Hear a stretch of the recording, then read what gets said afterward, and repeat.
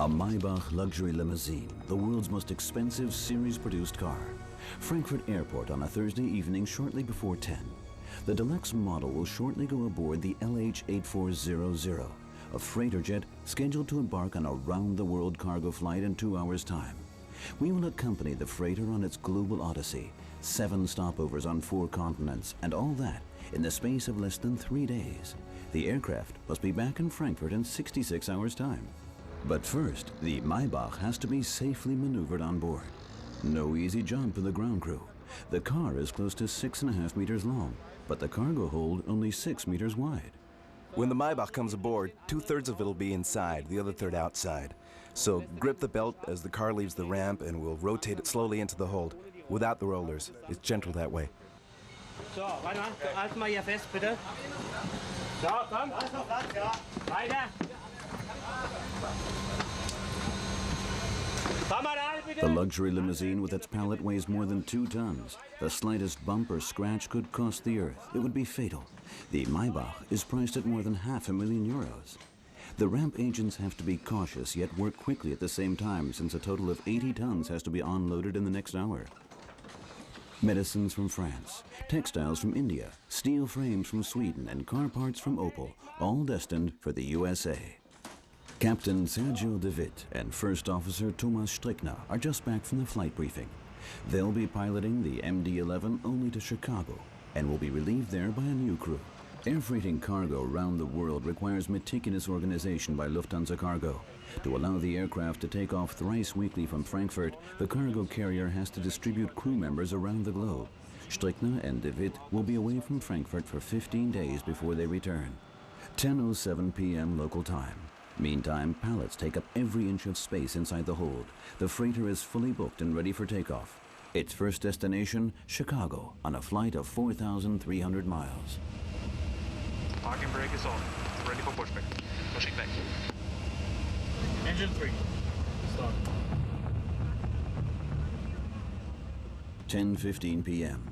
Takeoff is a dangerous time, since the 90 tons plus on board are the equivalent of more than 900 passengers.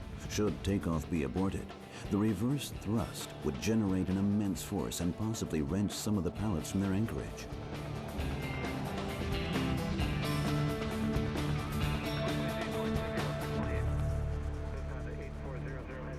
The pilots, incidentally, are unaware of the type of goods they have on board. They are informed only if shipments are particularly dangerous. Auf der Beladeposition Fox Romeo. At loading position Fox Romeo, there's a flammable vehicle. That's our Maybach.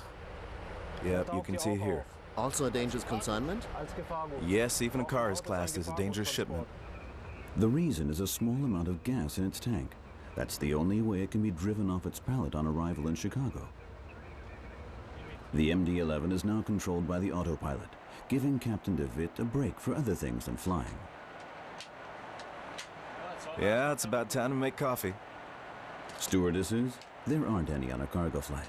The pilot's on his own in the galley. Coffee? You do it yourselves? We make it ourselves. On a freighter, we do everything except clean the aircraft. Otherwise, we look after ourselves. 6 hours flying. We're chasing the sun, but the captain has eyes only for his plane. As a pilot, you have a special relationship with your aircraft, and there's no time for sentiment, though. Air traffic control radios the approach coordinates for Chicago. Just 20 minutes to go before landing. In the cockpit, the tension rises. Landing with a full payload is not without risk either. Because of its immense weight, the freighter has to be flown at full speed until touchdown, 180 miles per hour. Otherwise, it would descend too quickly. The pilot now has to hit the runway accurately on the touchdown point. If he misses it, he has to abort the landing, climb, and try again, since the MD-11 needs almost 1.5 miles to brake to a halt, practically the entire runway. For the pilots, it's simply routine. They land safely on time 25 minutes past midnight local time Chicago. Captain De Witt and his colleagues have time off. What do you plan to do in Chicago? sleep. A very long sleep in. In 2 hours' time, the freighter is scheduled to leave, and by then, almost all the cargo has to be offloaded. Every minute on the ground is costly. The aircraft only earns money in the air. But first, an admiring view of the Maybach.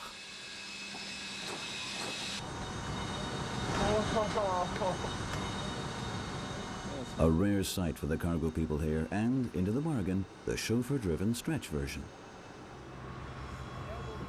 Captain De Witt and his co-pilot have 2 days off. A new crew will take over in the cockpit.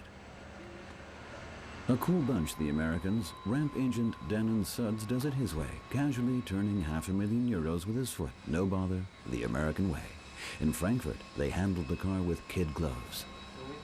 1:33 a.m. The new crew, Captain Schmidt and co-pilot Harry Bauer, are taking over the LH-8400 on the next leg to Honolulu. Topping the agenda at the flight briefing is the weather. Shortly before we landed, Chicago was hit by a heavy thunderstorm, forcing a number of aircraft into detours. Looks as though it's going to be quite calm. We had a cold front with thunder and heavy rainfall here this afternoon, but that's moved on. It's all changed now. Going by these maps and our ongoing information, there are no surprises in store. Nice weather. Over-optimistic? Let's see. There are still 9 hours ahead on the flight to Honolulu. Okay, starting up engine number 2. The ground crew has done a good job, offloading car parts, medicines, and textiles. Fresh cargo bound for New Zealand is all on board. On this leg, Lufthansa is leasing the cargo hold to its airline partner, Air New Zealand. 3 in the early hours of the morning, LH-8400 takes off punctually for Honolulu. Only a few minutes into the flight, the aircraft is buffeted by hefty winds, making it uncomfortable on board. Weather-wise, looks like a mixed bag on today's flight, at least up to the Rocky Mountains. Going by the radar screen, we've got some entertainment lying ahead. The weatherman got it totally wrong this time. A violent storm front is brewing right across our flight path. Captain Schmidt takes it in his stride. Could the storm hit our plane head-on? Theoretically, it could. It's a possibility, but then we detour to avoid it. Flying into that kind of storm is not advisable.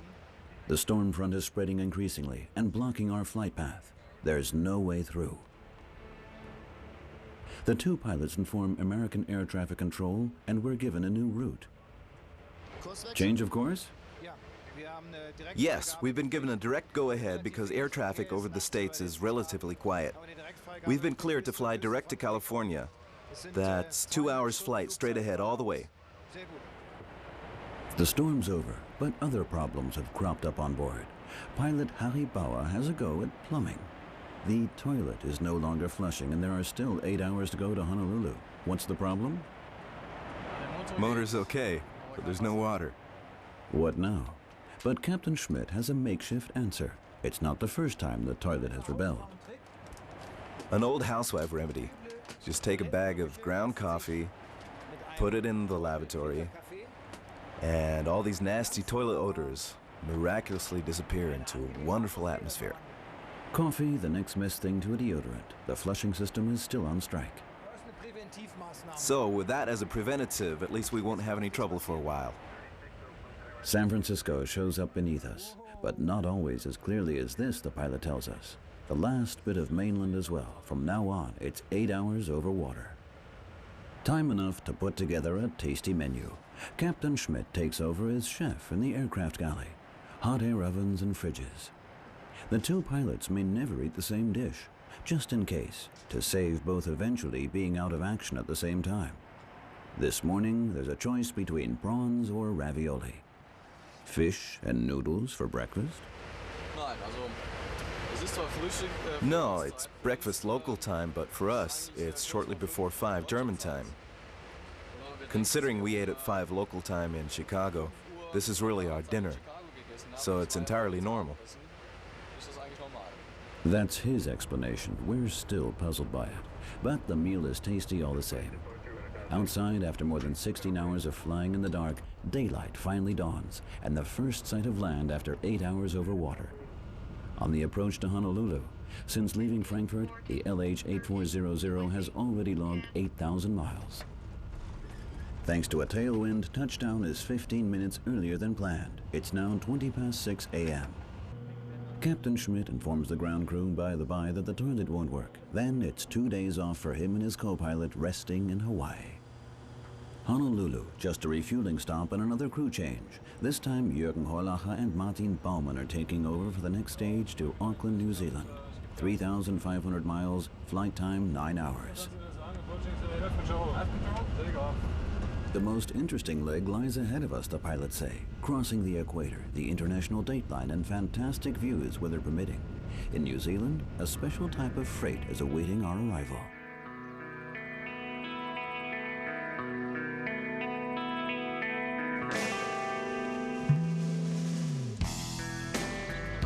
"50 miles north of Auckland, the headquarters of one of New Zealand's biggest horse transport companies. Helen Kroski has just collected Back in the Day from his stable.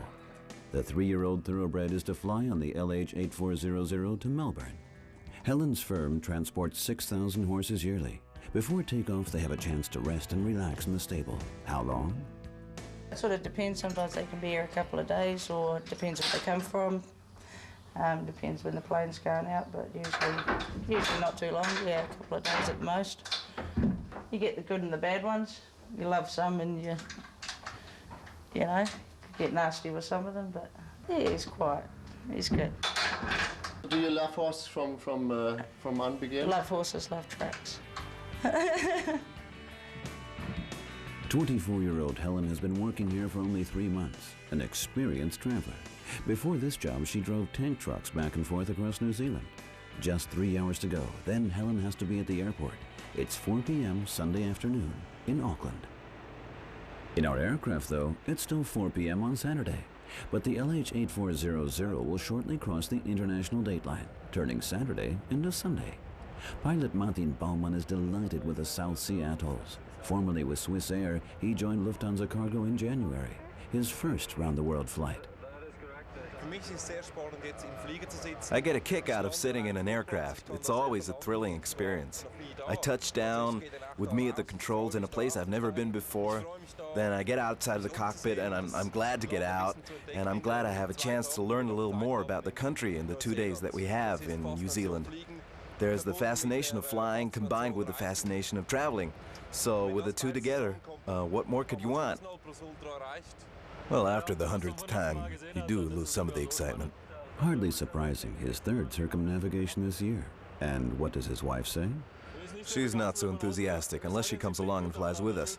But since we have a child at school, it's only possible during the holidays. Of course, it's always nicer to have the family along. 5:30 p.m. local time. We're coming in to land at Auckland. Back in the Day is meantime accommodated in a horse box with 2 other long-distance travelers. More and more horses are arriving at the animal station at the airport. 7 of them will soon be flying with Lufthansa Cargo to Melbourne. They'll be accompanied by Rocky Charles Haddon, an experienced groom with 20 years of experience in handling highly strung thoroughbreds 4 times a week. Horses have no problem flying, he tells us. Basically, it's just like a normal truck ride for them, and most of them have been trucked at some stage. So while some do get more nervous and sometimes more claustrophobic than others, these guys will be okay, but sometimes they do get nervous, yeah. As we learned a few minutes later, one of the horses is nervous and has to be treated.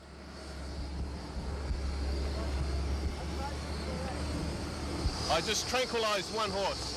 Yeah. It's still a lot better. Sedative. Coincidentally, it's Back in the Day. The horses are ready to board the aircraft, but another problem has to be handled first. The doors must remain closed until everything has been disinfected.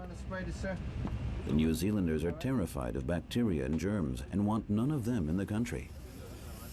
Every nook and cranny in the aircraft is sprayed until the very last germ has given up the ghost. Outside, the horses are waiting. Still another half an hour before things get moving. But Rocky Charles Haddon is there all the time, keeping his charges calm. Not for 1 second does the groom let them out of his sight.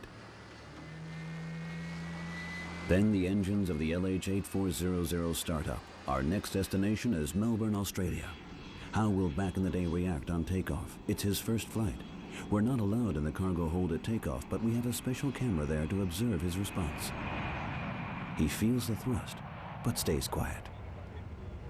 Rocky and another groom wait outside the hold. Only when the pilot turns off the seatbelt sign may the two men get to work. Oxygen cylinders are necessary for survival should the air pressure drop, but there'd be no hope then for the 7 horses. Rocky first checks back in the day to see whether the sedative is worn off or not, and that takeoff has not harmed the horse. Horses have been known to fall over in their box, he tells us. But he was worried for another reason. He looked very likely that he was going to jump over the front. He was a very nervous horse, and But in the truck, he was very calm. yeah, very calm, but obviously he's probably been in a van before. He hasn't been in a box like this before that rattles a lot. It's all obviously all aluminium, all steel, and these particular boxes are made to break down. So there's a lot of hinges and a lot of moving parts that rattle a lot on the road. So that's what upsets him. Do you love your job? Yeah, I do. Yeah, I love my job. Yeah, it's been good. It might be time to do something else now. I have a family now, so I want to spend more time at home.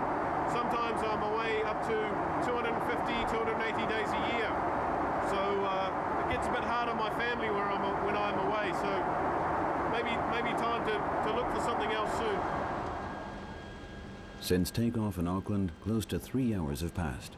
It's dark as we arrive in Melbourne, 10,000 miles from Frankfurt. Halftime. Offloading the cargo was handled by Air New Zealand, which had also leased the cargo hold of the LH8400 on the flight to Australia.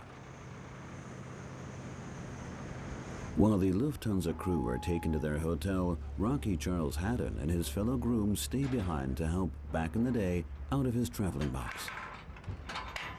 The racehorse from Auckland is still nervous, and no wonder after 3 hours in a truck on the road to the airport and a further 3 in the aircraft. But a checkup by the vet shows that the horse is none the worse and feeling well. The new owner is happy to hear it. Today is his first glimpse of back in the day in the flesh. It was recommended to me, and I watched some video replays, and I'm hoping he races very well. Now you're happy to see him? Yeah, I hope he's happy to see me. Merv Butterworth is an old hand with racehorses. Back in the day is the 12th racehorse in his stable. He knows what he's doing, say the people at the airport. He has an eye for new talent. Back in the day promises to be another winner. How much did you pay? 28,000. Hopefully another bargain. Another day over for the groom, Rocky Charles Haddon. That's it. We go to the hotel now and fly back home in the morning. Have a beer. Meanwhile, our MD-11 is readying for the next leg on the round-the-world trip to Asia. We meet Captain Christoph Buchegger on a routine ground check. To the rear, 2 pallets of meat. All that's taken aboard here is additional business. Even if the freighter flew empty to Penang, there'd be little complaint. Because in Penang, the cargo hold will be filled up again, and freight there simply brings Lufthansa Cargo more money than here. The plane will be full again in Malaysia, our next destination. The route there lies over Bali, Kuala Lumpur, and Singapore. From here on in, the flight has a new code number. LH8400 becomes LH8401. All Lufthansa flights into Germany have an uneven number. 3401, runway 34, cleared for takeoff. Cleared for takeoff from Below 8,000 feet, there's severe turbulence triggered by near gale force winds. But we're fairly light, and we can just swoop through there. Now you can see what an MD-11 can do when it's light. With only 17 tons of cargo in the hold, the freighter is 80 tons lighter than maximum takeoff load. Only halfway on the route, Captain Buchegger pulls the MD-11 upwards. As predicted, we feel almost no turbulence. But the strong wind suddenly stops. And another unexpected problem crops up. We're flying much too fast and nearing the speed of sound. The computer sounds the alert. Captain Buchegger has to take immediate action since the automatic pilot has failed to react. Such stress situations are rare. The autopilot normally works very reliably. 7 hours have passed since takeoff. Ahead of us, the runway at Penang Airport comes into view. The lighting comes on at the very last minute. Take a look at that. They only just switched on the lights. Malaysia. It's 3 o'clock in the early morning.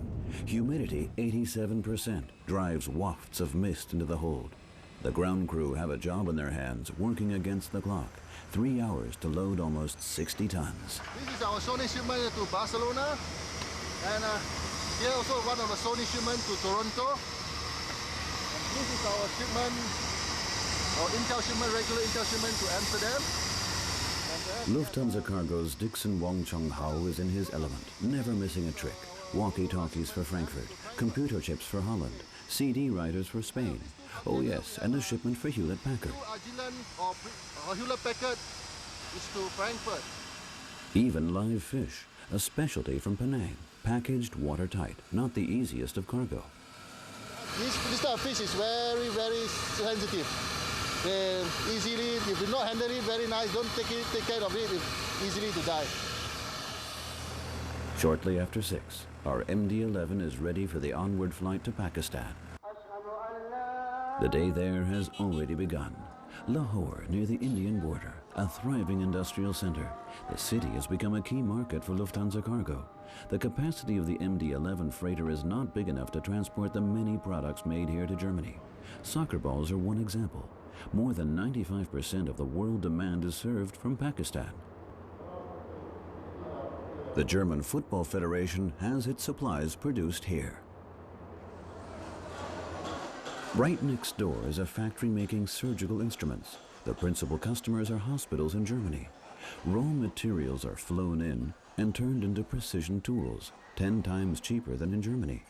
These scissors are already expected in Frankfurt tomorrow on board the LH-8401. Lufthansa Cargo's man-on-the-spot Javed Khan is on his way to the airport. In 2 hours' time, the LH-8401 from Malaysia is scheduled to land. As usual, the small cargo terminal is in chaos. As soon as Javed arrives, he's confronted by trouble with a supplier who has delivered more than 50 cartons by truck, not properly tied but stuck together with sellotape. He now wants Lufthansa Cargo to fly them to Frankfurt as they are. A heated debate flares up, but there's nothing doing. A consignment like that cannot be taken aboard. If you put one carton on top, and we make a build-up for the MD-11 pilot, it will go down or tilt or something like this. So we are unable to accept this type of carton. The supplier is stunned, but maybe Javed will find a solution. First, though, he's needed in the warehouse, and that's in a muddle as well.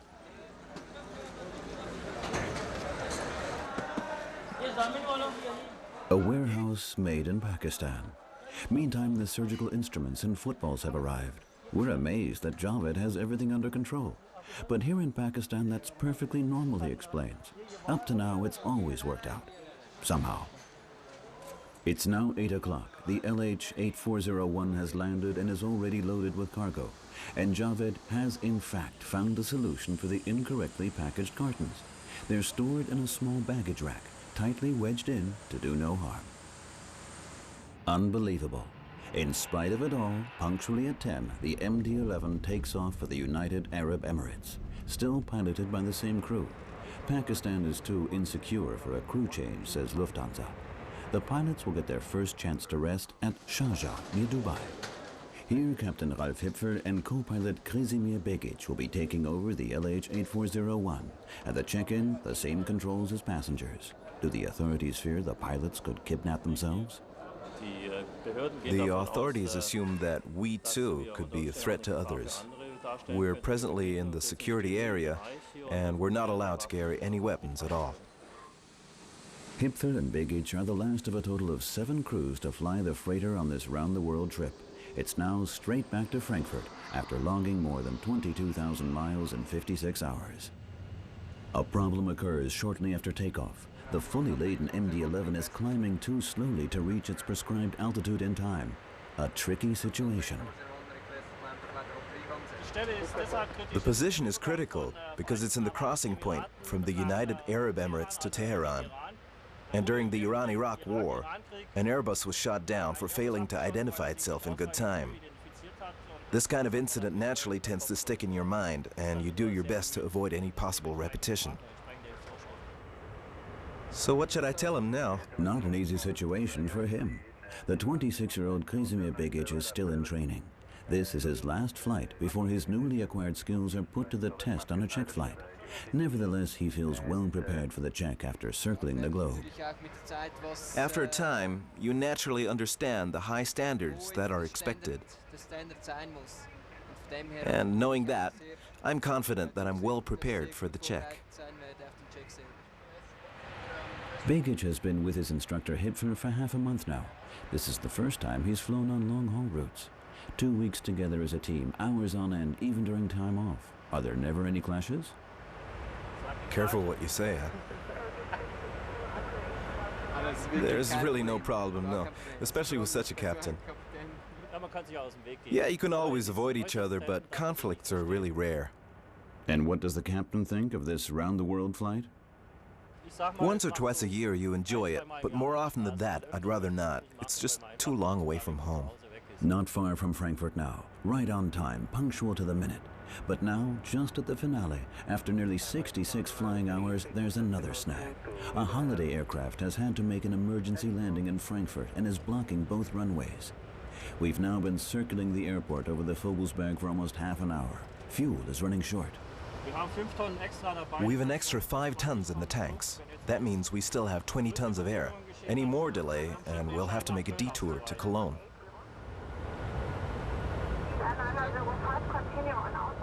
After a further 15 minutes, we're finally cleared to land at Frankfurt.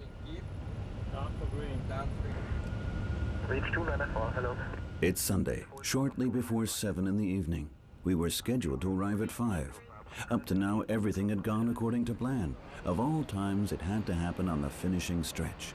After more than 68 hours flying time and more than 25,000 miles, the LH-8401 has touched down at the end of the trip 2 hours late because of the delay on the very last leg. And that will throw the timetable off track. But Captain Hipfel and his colleague have done their job. After 15 days away, they're pleased to be back home. Hallo, schönen guten Tag. Flieger ist okay. Wunderbar. And what's the first thing you do when you get home? Meine Freundin küssen. Kiss my girlfriend. In only 3 hours' time, the same aircraft will be taking off on the next round-the-world flight. Incidentally, Kazimir Begic has passed his check flight with flying colors and will now be aboard the LH-8400 more often on its global travels.